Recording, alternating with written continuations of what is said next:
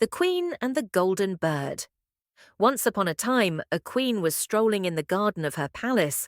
The garden was full of beautiful flowers, and butterflies were fluttering around. Suddenly, she saw a golden bird perched on a tree. The bird was very beautiful, and its shine lit up the entire garden. The queen tried to catch the golden bird, but the bird was very swift. It flew to another tree. The queen asked the bird, "You are so beautiful. Would you like to stay in my palace?"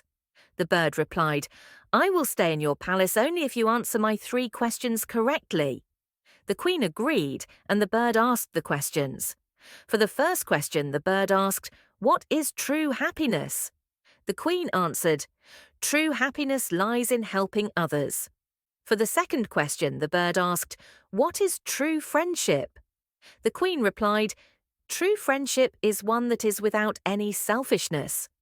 For the third question, the bird asked, "What is true love?"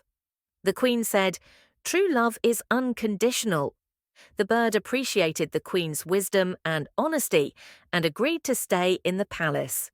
Its presence made the palace even more beautiful, and the queen was very happy. If you like the video, then like and subscribe the channel.